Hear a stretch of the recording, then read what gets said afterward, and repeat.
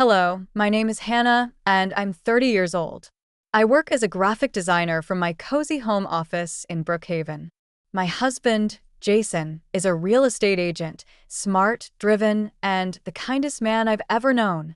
We met 5 years ago when I was designing a logo for his property business. Who knew a casual client meeting would turn into a lifelong partnership? Now we're married, and I'm 7 months pregnant with our first child, a baby boy. Yet, my heart isn't fully at peace. You'd think this would be the happiest time of my life. And in many ways, it is. Jason treats me like I'm made of glass and gold.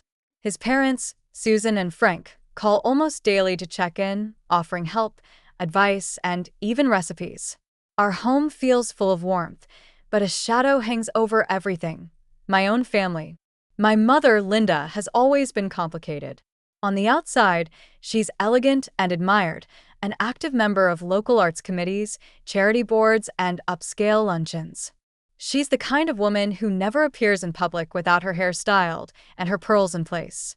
But behind her perfect image lies a colder reality. My older sister, Vanessa, is the child my mother always adored. She works at a prestigious art gallery downtown and lives in a luxury apartment that Mom brags about to all her friends. For years, Vanessa has tried to conceive, but hasn't been successful. I've always wished happiness for her, but when I told her I was pregnant, her reaction wasn't joy, it was jealousy. "Are you sure?" she asked flatly. "You might want to double-check. These tests can be wrong, you know." When I told Mom the news, she barely paused. "Well, congratulations," she said before immediately pivoting the conversation to Vanessa's latest appointment with a fertility specialist. It hurt, but I said nothing. I've spent a lifetime biting my tongue around them. Now, with my baby shower just a few days away, my emotions are tangled.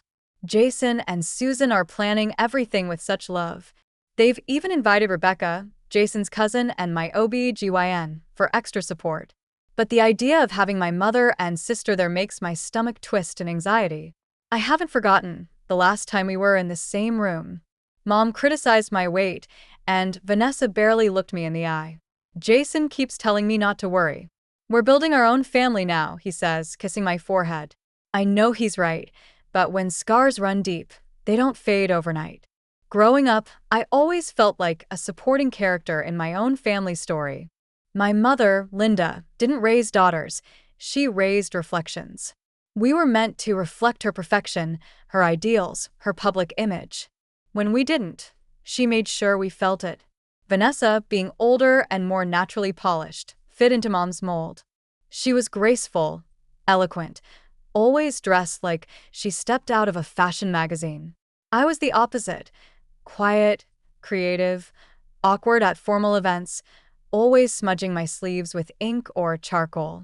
When I told Mom I wanted to study graphic design, she gave a tight smile and said, "Well, not everyone's meant for prestige." That sentence stuck. It stayed with me like a thorn under my skin. I always thought maybe when I got married, she'd start to see me differently. Jason is kind, stable, successful in his own right.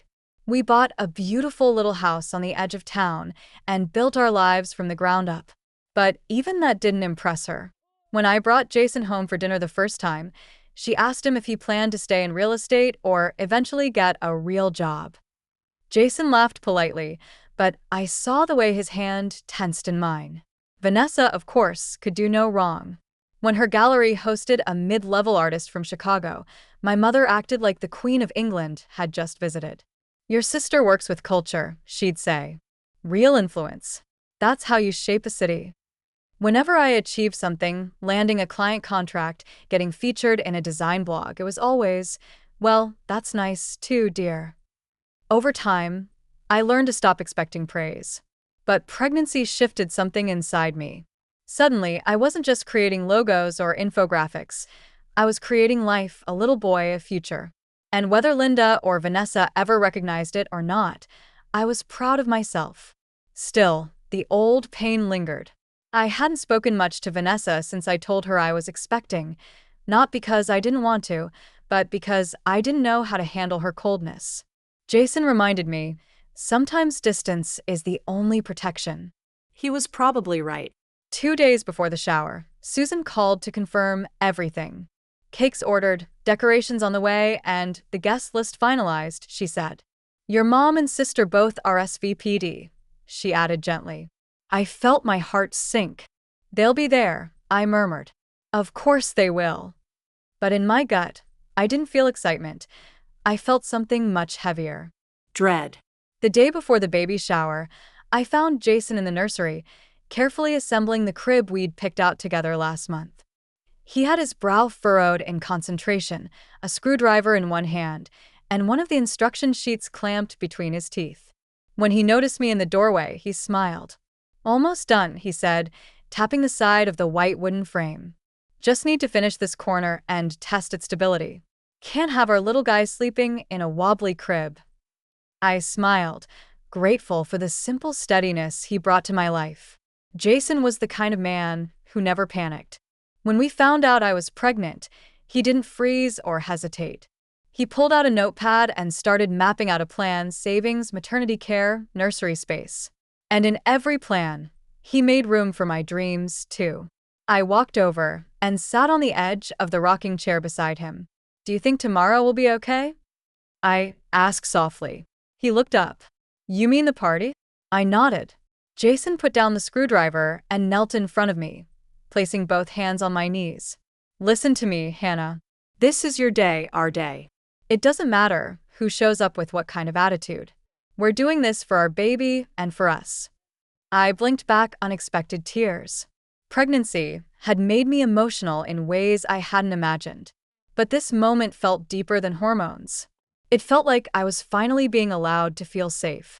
I just don't want them to ruin it, I whispered. They won't, he said, voice calm but firm. And even if they try, we'll handle it together.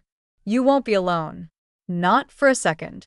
Later that evening, Susan and Frank arrived with their car loaded with party supplies, ribbons, cake boxes, centerpieces, and handmade cards. Susan had even picked up tiny blue balloons that spelled out, "It's a boy." She immediately got to work decorating the living room while Frank helped Jason hang string lights in the backyard. Dr. Rebecca called around 7 p.m. to confirm she'd be attending, too. I'll bring my bag just in case, she joked. Not that we expect any surprises, but I like being prepared. I thanked her, knowing how much her presence would comfort me.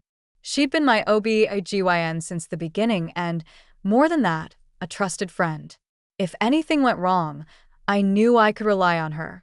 As I curled up in bed that night, Jason tucked the blanket around me and kissed my forehead. Tomorrow will be beautiful, he said. I wanted to believe him. I really did. The next morning arrived crisp and bright, with early spring sunshine streaming through the curtains. Jason was already outside, hanging the final decorations in the backyard, while Susan laid out pastel blue tablecloths and delicate white roses on every table. Frank handled the music setup, humming softly to himself as he tested the speakers with a light jazz playlist. The entire space looked magical, simple, warm, and lovingly handmade.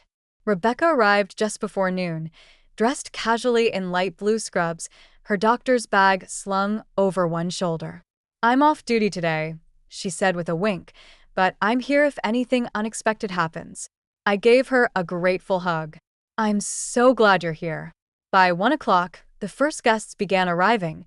Neighbors, a few of Jason's colleagues, some of my longtime clients, and even a couple of local business owners I had designed for in the past. They brought hand-knitted baby blankets, children's books, handmade toys. Everyone smiled, laughed, and offered kind words. For a moment, I almost forgot the part of the guest list that made me anxious. Almost. Around 2:15 p.m., I noticed Jason checking his watch near the refreshment table. His eyes found mine across the garden, and he gave a subtle shake of his head. Still no sign of them.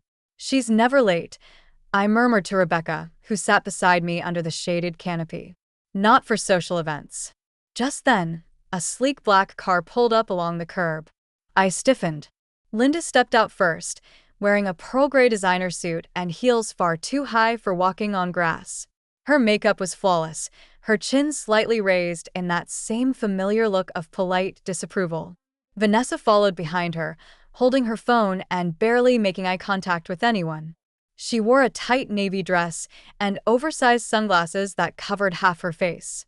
I forced a smile and walked toward them. Mom, Vanessa, thanks for coming. Linda leaned in to kiss my cheek, barely touching me. Well, it's your big day, she said. We wouldn't miss it. Vanessa didn't even offer a hug, just a cold nod. Hi. As they entered the backyard, I noticed a few guests exchanging glances. Susan, ever the gracious host, stepped up and welcomed them both warmly, offering drinks and appetizers. Linda accepted with a practiced smile. Vanessa moved straight to the champagne table without saying a word. I tried to focus on the joyful energy surrounding me, but their presence weighed down the atmosphere like a dark cloud creeping across a sunny sky. I could feel the temperature of the garden drop, not literally, but emotionally. Jason walked over and took my hand. They're here, but we're stronger than anything they bring, he said gently. I nodded, but in my chest, something felt tight, like the calm before a storm. For a while, I managed to stay calm. Guests kept arriving, filling the garden with warmth and laughter. I opened gifts surrounded by kind smiles and heartfelt congratulations. A neighbor brought a hand-carved wooden mobile. Susan gifted us a handmade quilt. Even Frank stood teary-eyed as Jason unwrapped a miniature pair of brown leather shoes he had once worn as a baby. Despite the shadows in the corner, I felt okay. That is, until I noticed Linda and Vanessa whispering together near the drink table, glancing at me between hushed murmurs. Vanessa swirled her third glass of champagne, while Linda's expression grew sharper with every passing minute. I wasn't the only one who noticed. Jason caught my eye across the crowd and gently touched his phone in his pocket, just in case. Rebecca leaned in. Everything all right? I gave a small nod. They're just being themselves. Then came the sound of a spoon clinking against a champagne glass. Linda stood near the center of the garden, a forced smile on her face. May I have everyone's attention, please? The music lowered. Conversations quieted. All eyes turned to her. I froze. This day, she began smoothly, is a celebration. My youngest daughter is expecting her first child. People clapped politely. Jason gripped my hand. Linda continued, I've always believed in perfection, in standards, in grace, and I raised my daughters to understand that a family's image matters. My eldest daughter, Vanessa, she gestured elegantly, embodies that. She's classy, accomplished, refined. Everything I dreamed a daughter could be. The tension was thick now. I heard Rebecca inhale beside me. But life, Linda said, her voice rising slightly, isn't fair. Vanessa has struggled for years to become a mother. Meanwhile, Hannah was never one to care about expectations. She just stumbled into motherhood. I stood slowly, breath caught in my throat. Mom, stop. But Linda wasn't done. Why should we celebrate while my real daughter suffers?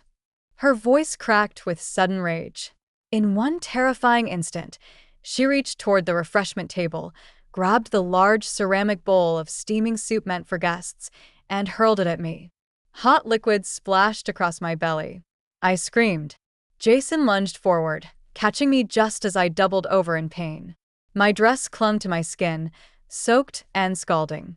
Rebecca shoved through the crowd, her face pale with urgency.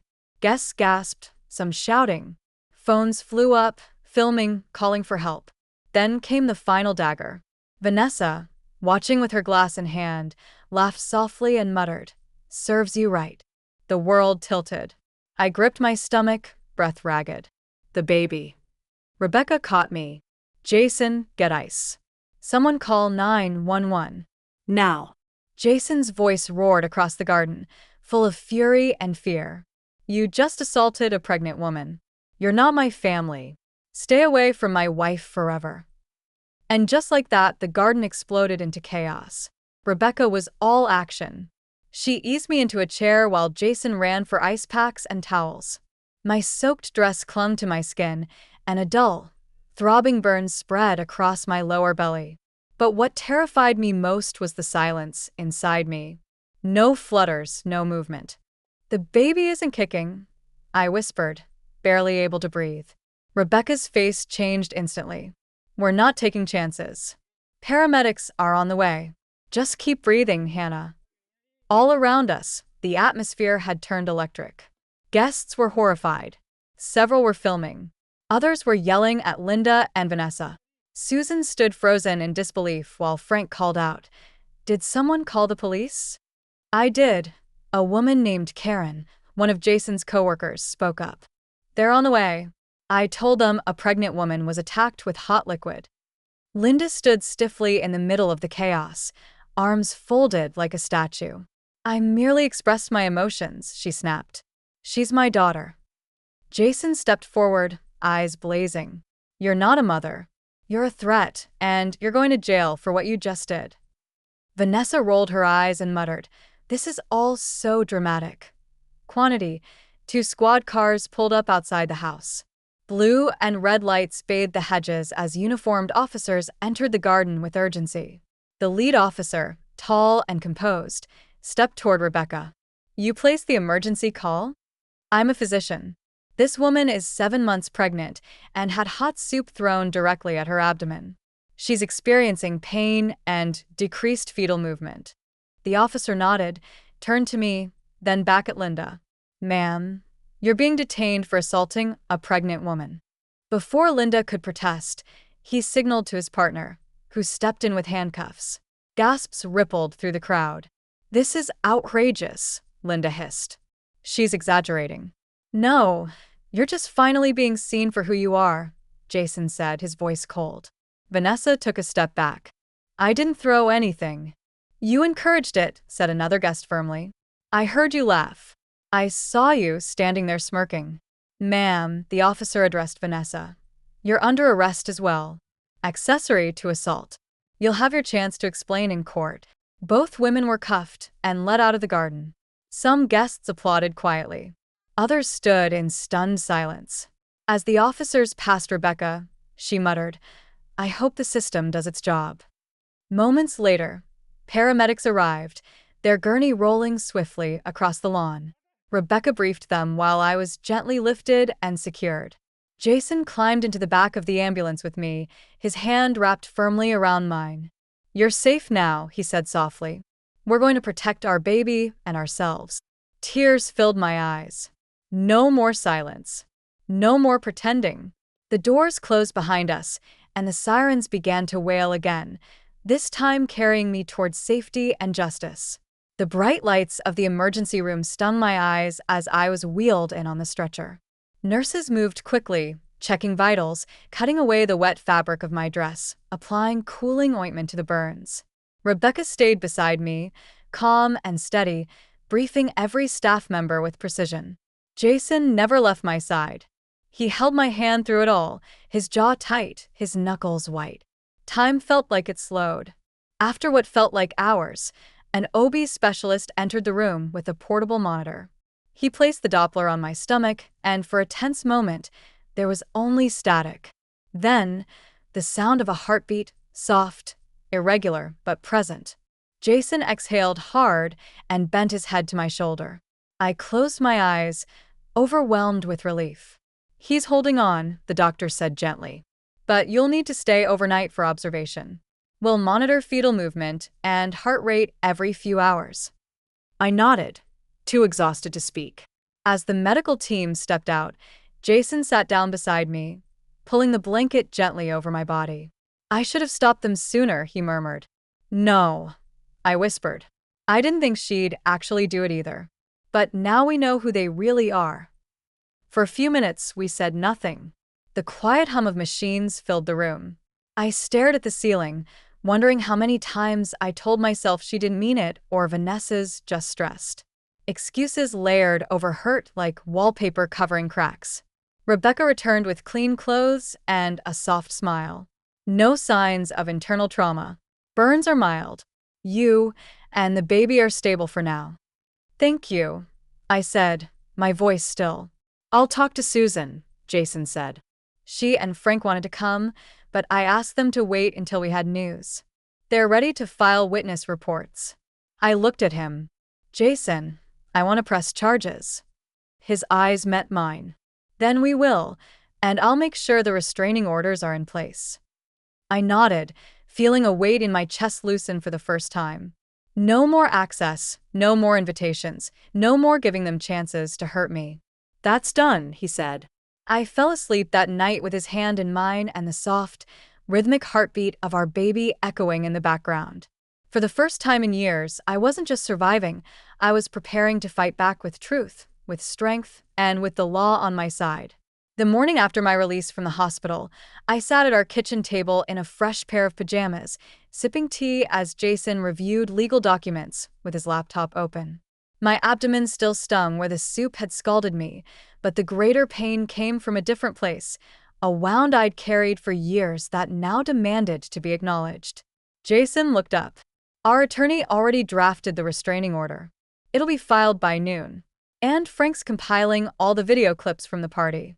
There are over a dozen from different angles. Rebecca had given me a printed medical report before I left the hospital. Photos of the burn, fetal monitoring results, her official statement as a physician. Everything was in place. By the end of the day, we had filed 2 formal complaints, one against Linda for aggravated assault on a pregnant woman, and one against Vanessa for complicity and verbal provocation. The charges weren't just symbolic. We wanted real consequences. Meanwhile, word had already spread. A guest had posted one of the videos to social media, blurring my face but not Linda's. The caption read, "This woman threw scalding soup on her pregnant daughter during a baby shower." By morning, it had gone viral. Thousands of comments poured in. Most were horrified, angry, and demanding justice. Some local media outlets picked it up. Our town's online forum had already named Linda as the woman in question, and someone even shared screenshots of her charity board profile. Her social image crumbled overnight. Jason showed me a screenshot of an email she'd received from one of the art committees she chaired. "In light of recent public behavior, your presence is no longer aligned with our organization's values. Effective immediately, you're asked to step down." As for Vanessa, her gallery's management suspended her pending investigation, especially once it was revealed she had mocked the assault publicly at the event. That night, as I lay in bed feeling our baby move gently beneath my hand, Jason turned to me. "I know this has all happened fast," he said, "but you've been so strong." I looked at him, surprised by my own clarity. "I'm not doing this for revenge. I'm doing it so our son never thinks abuse should be tolerated, especially when it comes from the people who are supposed to love you." He nodded. "Justice isn't about punishing the past. It's about protecting the future." The silence between us wasn't empty. It was strong, resolute. This wasn't just about a single act of violence. This was the closing of one chapter and the righteous beginning of another. The courtroom was colder than I expected. I sat beside Jason in the front row, my hands resting on my rounded belly, now nearing 9 months. Rebecca sat a few seats behind us, ready to testify if needed. Susan and Frank were also present, offering quiet support with steady glances and nods of reassurance. Linda and Vanessa entered together, both looking smaller than I had ever seen them. Gone were the designer clothes and confident posture. Vanessa wore a muted blazer and flats, her expression stiff and pale. Linda looked even worse, aged, tense, and defiant. The judge called the court to order. Over the next hour, witness after witness took the stand. Karen, who had called 911, gave a calm, firm account of what she saw. Several guests confirmed Linda's speech and her physical assault. One guest even submitted the audio of Vanessa's comment, "Serves you right." Then came the video recordings. They were hard to watch. I looked down when I saw my own body double over in pain, the soup hitting my stomach, the panic that followed. But I didn't cry. Not this time. Jason held my hand the entire time. When it was our turn, I stood before the judge and said the words I'd been carrying for weeks. They didn't just hurt me physically. They tried to humiliate me in front of everyone I love. My pregnancy isn't a mistake or an insult to anyone. It's the most beautiful part of my life. And I will never allow anyone, family or not, to make my child feel unwanted, even before he's born. The judge nodded slowly. After a brief recess, he returned and read the verdict. Linda, guilty of aggravated assault on a pregnant woman. Sentence: 3 years in state prison without early parole. Vanessa, guilty of complicity in assault and verbal harassment. Sentence: 1 year in county jail plus a mandatory fine and counseling. There was no celebration, no cheering, just a deep silence that fell across the courtroom like closure. Linda turned briefly toward me as they let her out, her eyes glassy, mouth half open like she wanted to say something. But I looked away. I had nothing left to give her. Outside the courthouse, reporters waited. I said nothing to them, but when one asked, "Will you ever forgive them?" I paused. Then I answered clearly, "Forgiveness comes with accountability, and today justice came first." Jason kissed my forehead and led me to the car. As we drove away, I rested my hand on my stomach and whispered, "You're safe now. We're free." 2 weeks after the court verdict, on a quiet spring morning, I woke up with a strange ache in my lower back and a pressure that wouldn't go away. Jason was still asleep beside me, but when I shifted in bed and felt the unmistakable wave of a contraction, I nudged him gently. "It's time." He was on his feet in seconds. Within the hour, we were at Brookhaven General Hospital. Rebecca met us at the entrance, already in scrubs. "Looks like baby Morrison is ready to meet the world," she said with a grin. Labor lasted 12 hours. It was long, exhausting, and beautiful. And then he arrived. At 7:46 p.m., my son was born, wrapped in soft cries and blinking into the overhead lights. The moment the nurse placed him in my arms, every pain, every wound, emotional and physical, melted into something new. Love. Not the kind of love that begs for approval or struggles for recognition. Pure, safe, unconditional love. Jason stood at my side, tears streaming down his face as he kissed my forehead and whispered, "You did it. He's perfect." We named him Caleb. Susan and Frank arrived shortly after with a bouquet of white tulips and a plush bear that said, "Welcome, little one." Frank held his grandson with a proud smile, while Susan wept softly, whispering, "This is what real family feels like." Rebecca popped in a bit later and checked Caleb's vitals, declaring him healthy and strong. 10 fingers, 10 toes, and one mighty voice. She laughed as he wailed with energy. That night, after everyone had gone home, I sat by the window in my hospital room, holding Caleb to my chest as he dozed. The moonlight washed over us like a blessing. Jason pulled a chair beside me and wrapped his arm around my shoulders. "You know," he said softly, "this house we were dreaming of, the one with more space and a big yard? I think we're ready." 2 months later, we moved into a quiet home on the edge of town. The backyard had a swing. The kitchen had sun pouring in every morning, and the nursery, Caleb's nursery, was filled with color, calm, and joy.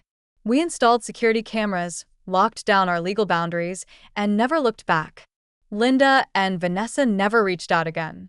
Not that they could legally. They faded into the past where they belonged. One night, as I rocked Caleb to sleep, I whispered near his tiny ear, "You're safe now. You'll never have to earn love. You were born into it." Outside the window, the stars were bright. Inside our home, peace had finally arrived.